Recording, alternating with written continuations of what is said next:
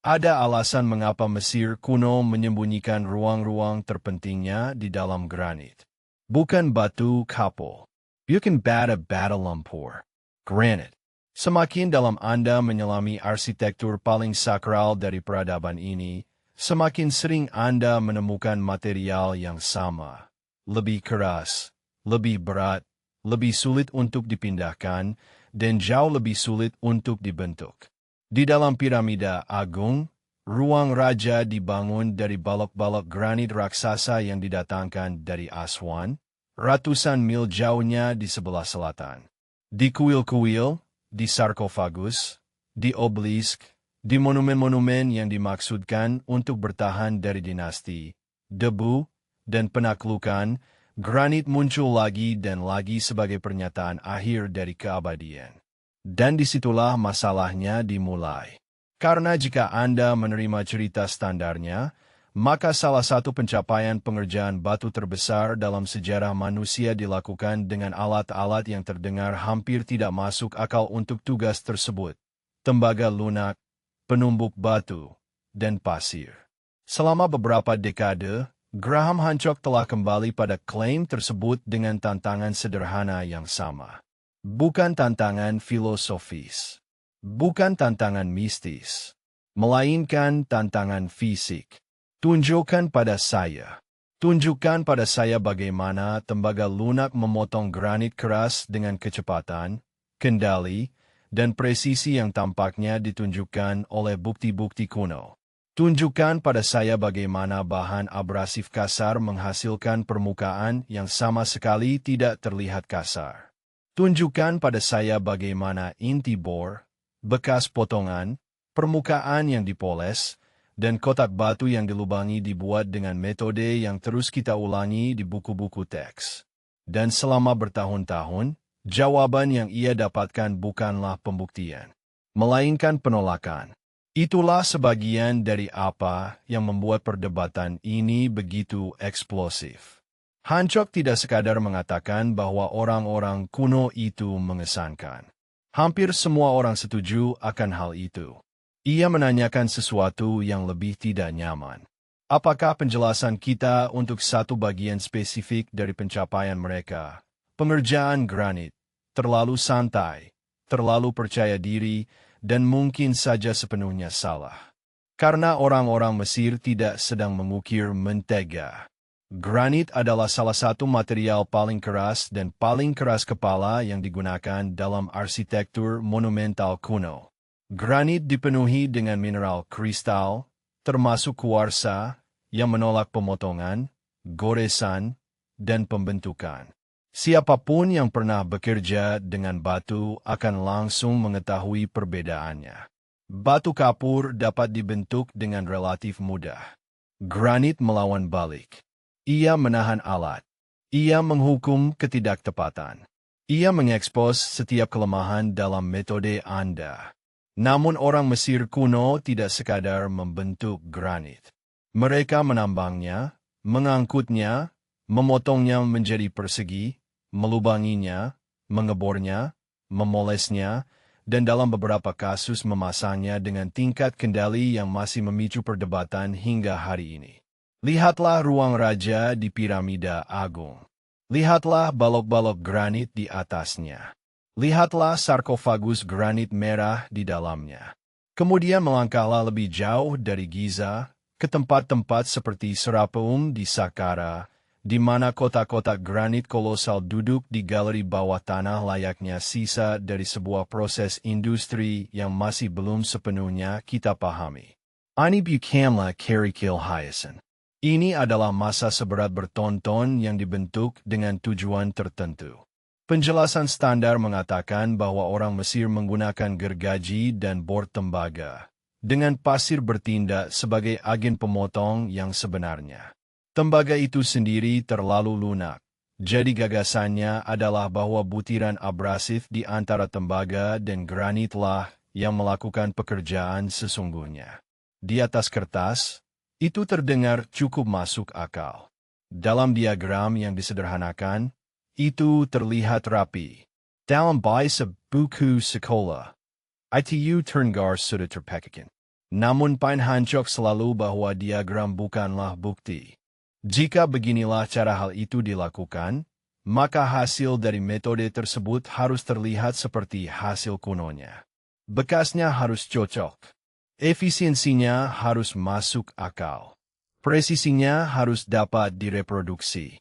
Dan semakin banyak orang mencoba beralih dari teori ke pembuktian, pertanyaannya menjadi semakin tidak nyaman. Disinilah perdebatan berubah dari sejarah kuno menjadi sesuatu yang lebih dekat dengan rekayasa forensik. Karena salah satu hal paling aneh tentang pengerjaan batu Mesir bukan hanya karena hal itu ada, melainkan karena sebagian di antaranya tampaknya menunjukkan tanda-tanda pemrosesan yang terkendali, dapat diulang, dan berkeahlian tinggi pada material yang tidak memaafkan metode yang lemah. Ketika penyelidik awal mempelajari inti bor granit dan permukaan potongan tertentu, mereka memperhatikan pola yang sulit untuk diabaikan. Allar spiral, Keteraturan, permukaan yang menimbulkan pertanyaan tidak hanya tentang tenaga kerja, tetapi juga tentang teknik. Lebih dari seabad yang lalu, Flinders Petrie, salah satu tokoh pendiri arkeologi ilmiah di Mesir, mendokumentasikan inti bor granit dengan tanda spiral yang membuatnya sangat kebingungan. Dia mencoba memahami tingkat masuknya alat yang tersirat oleh alur-alur tersebut, dan dia menyimpulkan bahwa apapun yang membuatnya tampak menembus granit dengan cara yang menurutnya luar biasa. Kata itu penting. Petrie bukanlah seorang sensasionalis.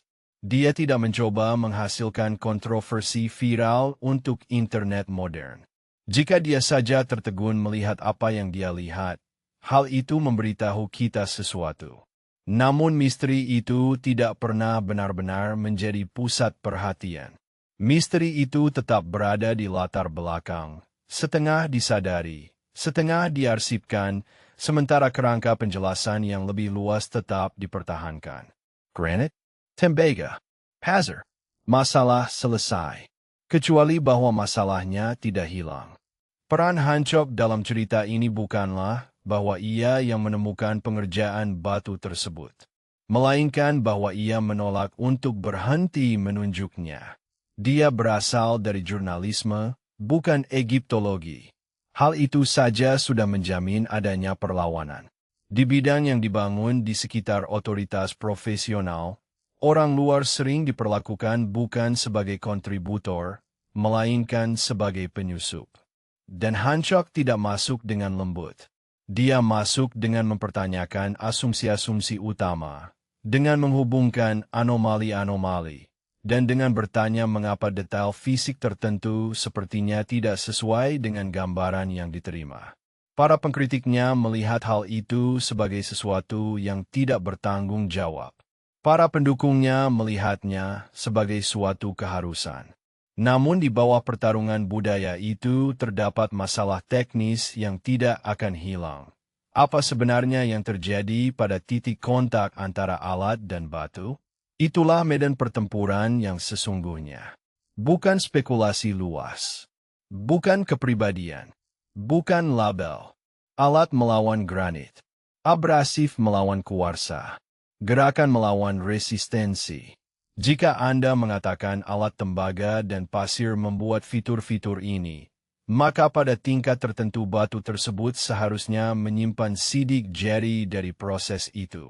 Dan itulah sebabnya perdebatan ini menjadi begitu menarik ketika perhatian beralih dari teori ke bukti material. Granit mengandung mineral-mineral yang cukup keras untuk menaklukkan alat-alat yang lemah. Kuarsa, salah satu komponen utamanya, berada di sekitar angka 7 pada skala kekerasan Mohs. Tembaga jauh lebih lunak.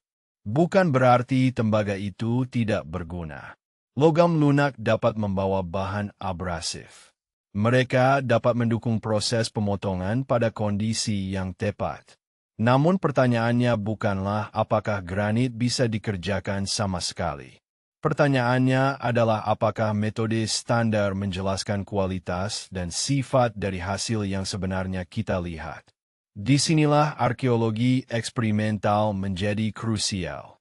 Ketika para peneliti dan perajin mencoba mereproduksi metode kuno menggunakan bor tembaga, gergaji tembaga, dan pasir kuarsa, mereka memang dapat memengaruhi granit. Namun apa yang sering muncul adalah gambaran kemajuan yang lambat, tingkat keausan alat yang tinggi, hasil akhir yang lebih kasar, dan tingkat inefisiensi yang membuat klaim keagungan tentang presisi kuno menjadi lebih sulit disesuaikan dengan modal tersebut. Sistem itu mungkin berfungsi pada prinsipnya. Namun apakah ia berfungsi dengan cara yang dituntut oleh bukti kuno? Itu adalah pertanyaan yang sangat berbeda. Dan Hancock telah menekan tepat pada perbedaan itu selama bertahun-tahun. Bukan, bisakah mereka menyentuh granit? Tetapi, bisakah mereka memproduksi granit ini, dalam jumlah ini, dengan hasil akhir ini, pada skala ini? Itu adalah pertanyaan yang jauh lebih tajam.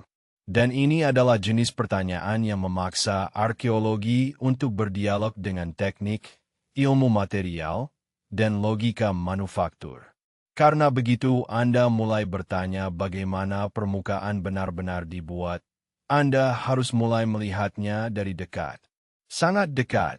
Bekas pahatan adalah satu hal. Bidang yang dipoles adalah hal lain. Rongga yang dipatuk secara kasar adalah satu hal. Lorong bor yang teratur dengan pola internal yang konsisten adalah hal lain.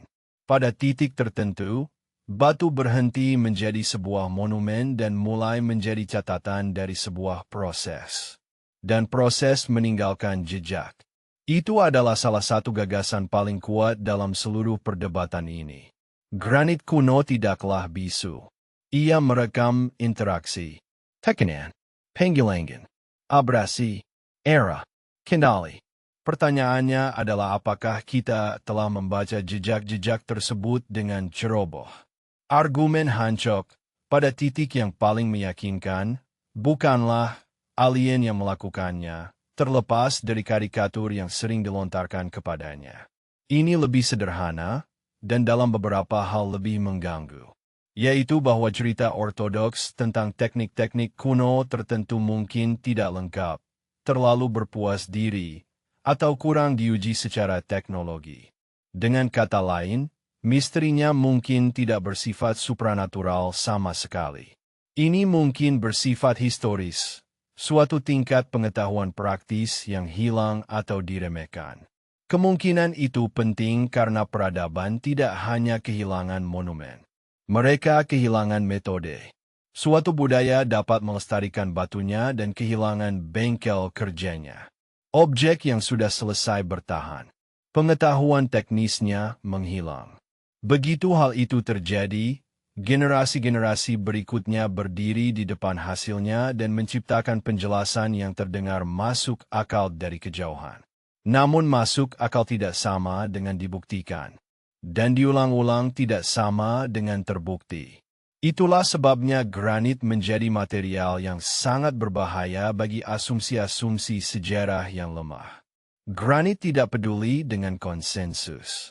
Ia hanya merekam apa yang terjadi padanya. Embulcano Serapeum.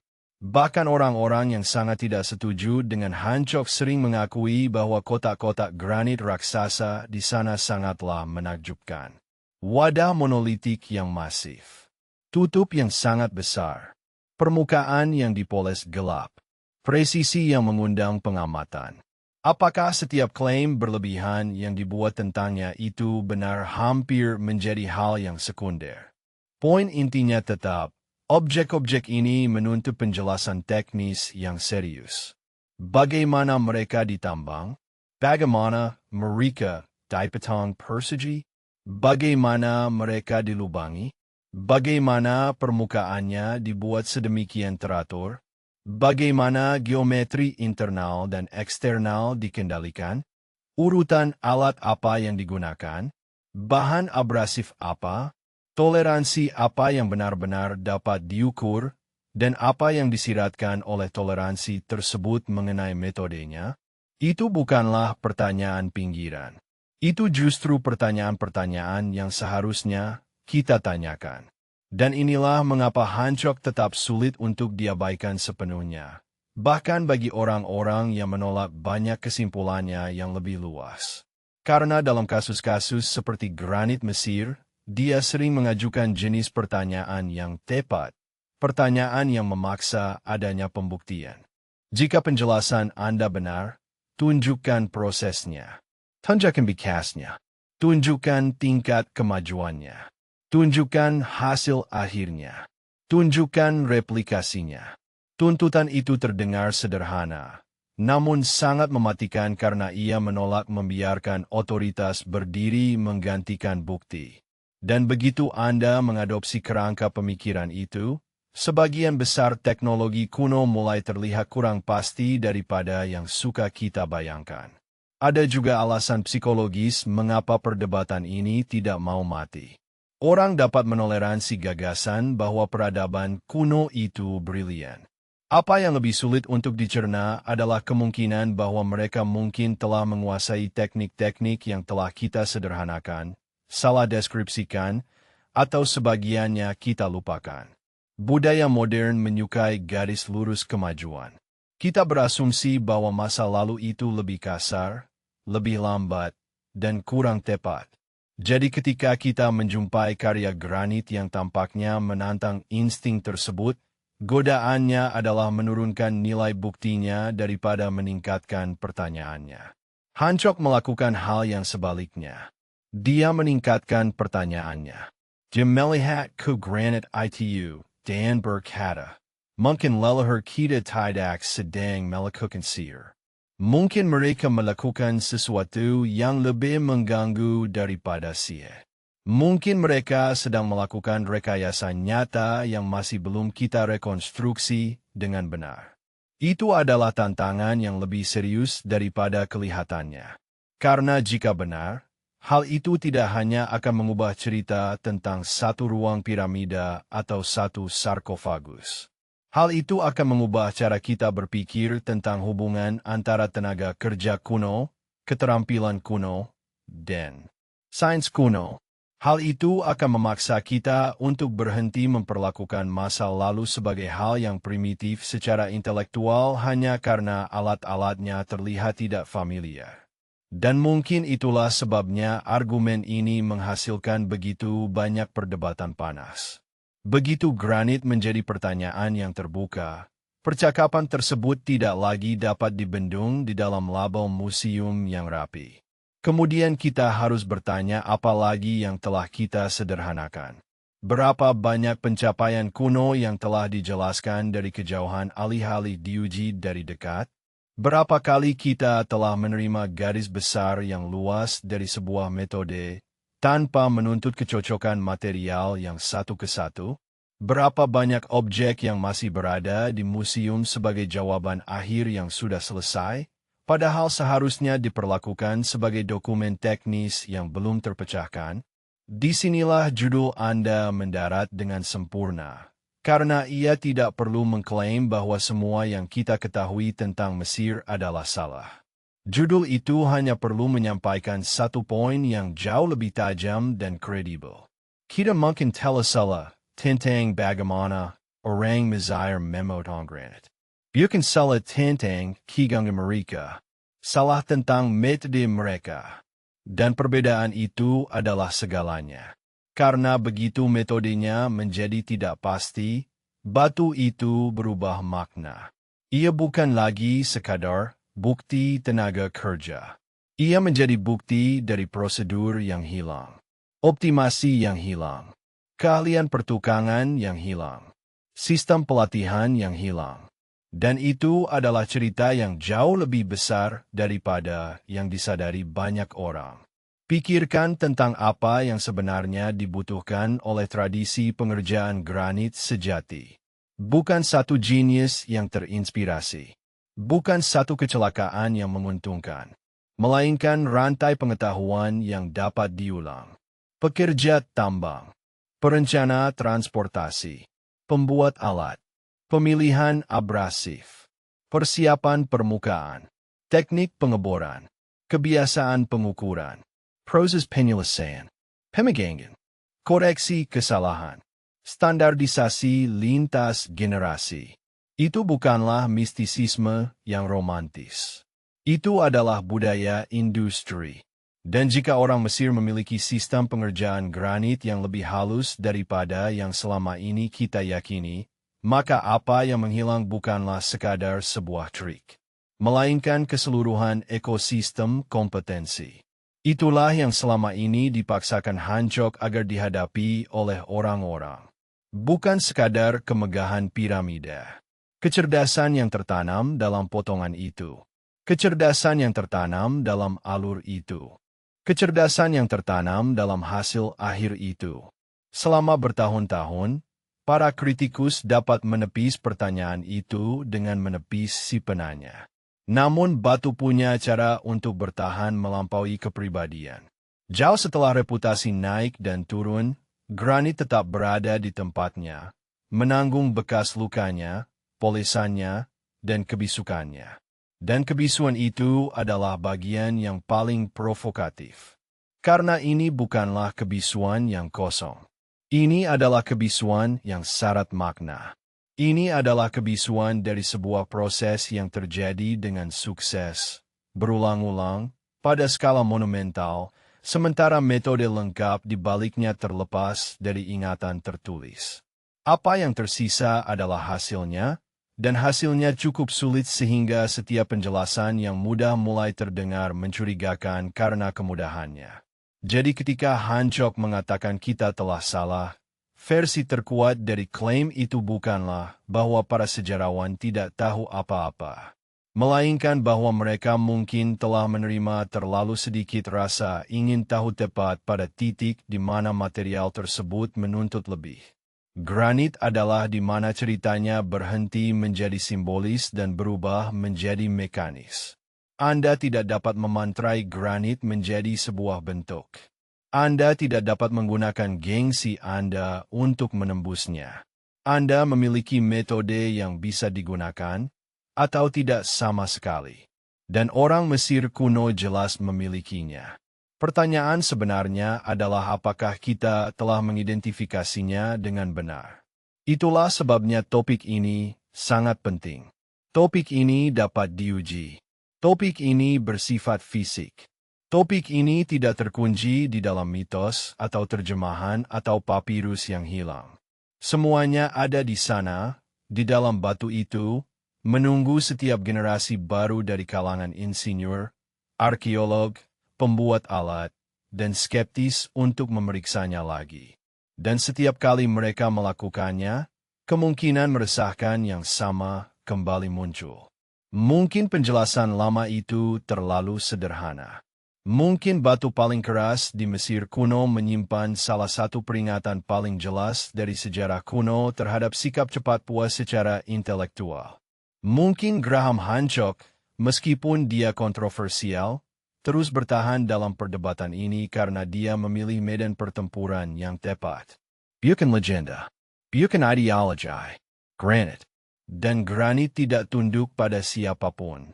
Jika kita salah tentang bagaimana orang Mesir memotongnya, maka kita tidak sekadar salah memahami detail konstruksi. Kita telah salah memahami kedalaman pengetahuan yang diperlukan untuk membangun keabadian di dunia kuno. Yang berarti lain kali Anda melihat ruang raja, atau serapum, atau salah satu dari bentuk granit yang tampak mustahil yang diukir 4.000 tahun yang lalu, jangan hanya bertanya seberapa beratnya. Bertanyalah apa yang telah menyentuhnya. Bertanyalah apa yang bergerak melintasi permukaannya. Bertanyalah kombinasi kesabaran, tekanan, abrasi, dan presisi seperti apa yang meninggalkan bekas itu. Karena di suatu tempat di antara tambang dan balok yang dipoles, orang-orang Mesir kuno memecahkan sebuah masalah yang mungkin belum sepenuhnya kita jelaskan. Dan Graham Hancock telah menghabiskan beberapa dekade untuk menyampaikan satu poin yang sangat sulit untuk diabaikan begitu Anda melihatnya. Jika batu itu masih menyimpan pertanyaan-pertanyaan yang belum terjawab di dalamnya, maka sejarah belum selesai berbicara.